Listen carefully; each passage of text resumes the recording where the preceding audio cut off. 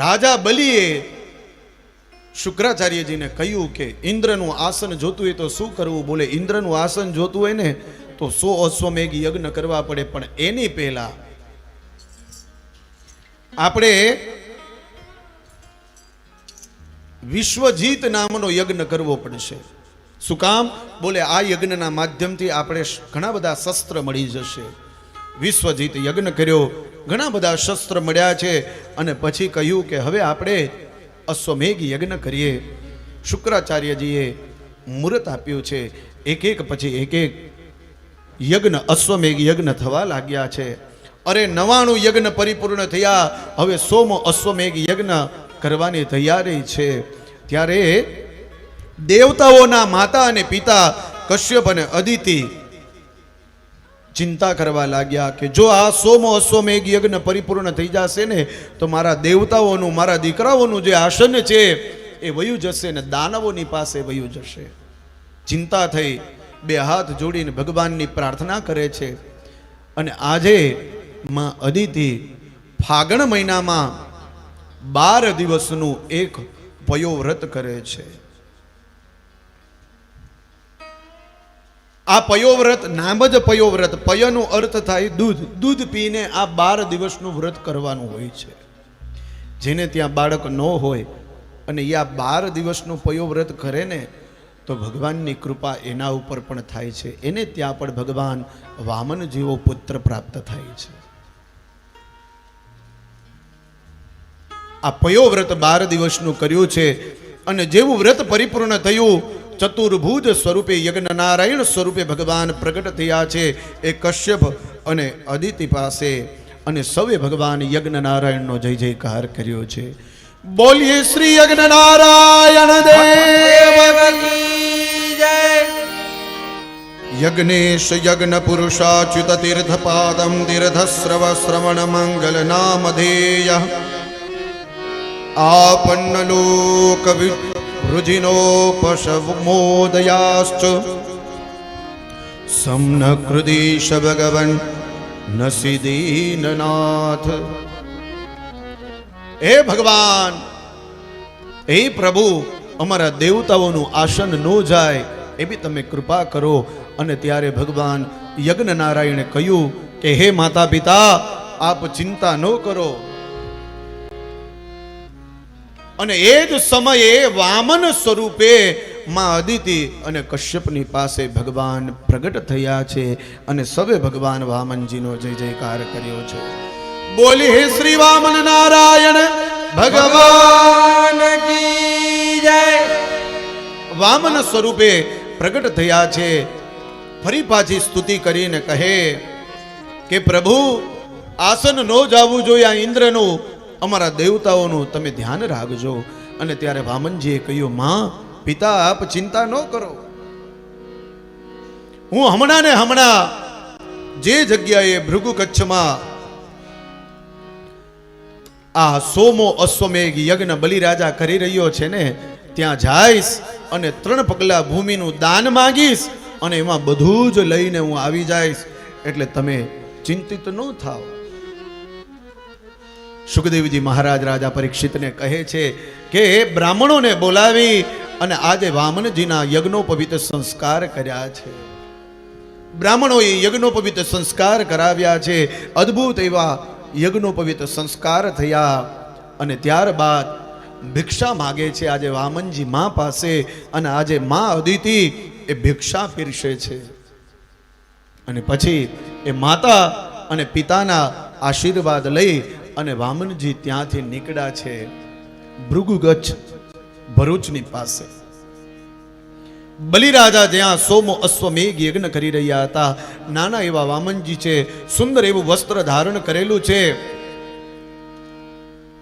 સરસ મજાનું મસ્તક પર છત્ર ધારણ કરેલું છે. હાથમાં કમંડલ છે જેને યજ્ઞોપવિત ધારણ કરી છે.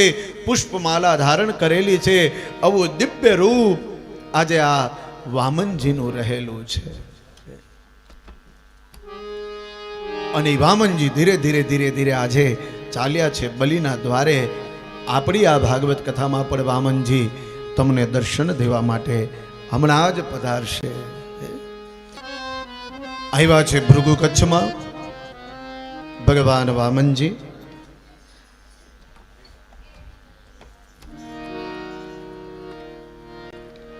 યજ્ઞના દ્વારે, યજ્ઞશાળાના દ્વારે આજે વામનજી ઊભા છે અને આ બાજુ બલિરાજા એક એક પછી એક એક આહુતિ આપી રહ્યા છે. બ્રાહ્મણો સુંદર એવા સ્વાહાકાર મંત્રો દ્વારા બોલી રહ્યા છે અને એટલું પવિત્ર વાતાવરણને એ જ સમયે રાજા બલિની દ્રષ્ટિ ગઈ છે પેલા દ્વારે. અને એ દ્વારે એ રાજા બલિની દ્રષ્ટિ ગઈ ને એને એમ થયું કે મારા દ્વારે કોઈ બાળક આવ્યો છે. એને ખબર નથી કે આ બાળક કોણ છે, પણ આ વામન રૂપ લઈ અને આ બાળક આવ્યો છે.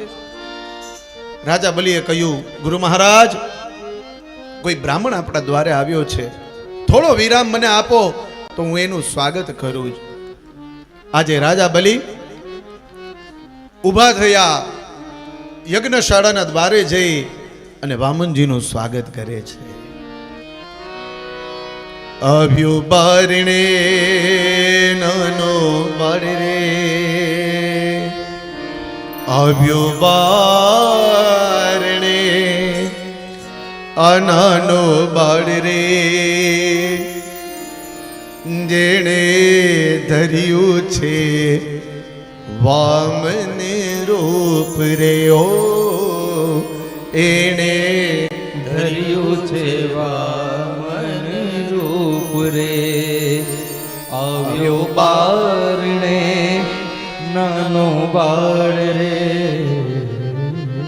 અરે આવ્યો બારણે નાનો બાળ રે, જેણે ધર્યું છે વામન રૂપ રે.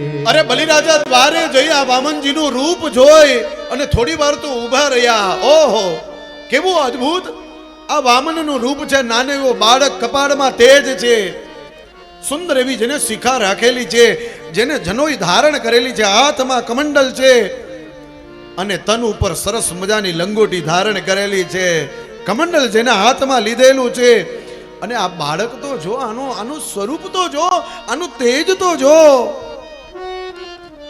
અને આજે બલિરાજા પોતાની જાતને આજે કંઈક સાક્ષાત્કાર સમજે છે કે આજે મારા દ્વારે આવો વિદ્વાન બ્રાહ્મણ નાનો એવો બાળક રૂપ ધારણ કરીને આવ્યો છે. તન પે લંગોટી સ્કંધે જનોઈ, દંડ કમંડલી ધરી લીધા છે. અરે કશ્યપ બાળકી બટુક નિવેશે, આવ્યો ઉભો છે બલિ કેરે દ્વારે, બલિ કેરે દ્વારે.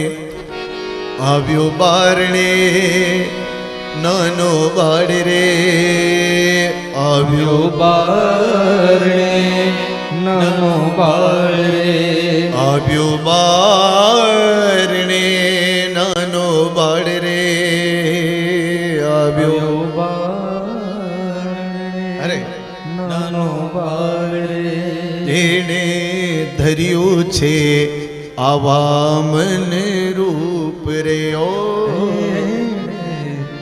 ધર્યું છે વામન રૂપ. આજે વામનજીનું અદ્ભુત રૂપ છે. કેવું સુંદર રૂપ છે. બલિરાજા સ્તબ્ધ થઈ ગયો. વિચાર કરો કે આ દાનવ હોવા છતાં આ બાળકનું રૂપ જોયું ને તો એમાં એ અંજાઈ ગયો, એ ત્યાં સુધી કહી શકું એવું દિવ્ય રૂપ આજે ભગવાને ધારણ કર્યું છે. આજે આ દેવે અદ્ભુત રૂપ નારાયણે ધારણ કર્યું છે. અને એ રૂપ શું કામ ધારણ કર્યું છે તો કે દેવતાઓના જે દુઃખ છે ને એને હરવા માટે આજે વામનજી બનીને આવ્યા છે નારાયણ. ખાલી ભક્તોના દુઃખ દૂર કરવા માટે એવું નથી, દેવતાઓના દુઃખ દૂર કરવા માટે પણ ભગવાન અવતાર લે છે અને એ પ્રત્યક્ષ વામન સ્વરૂપે.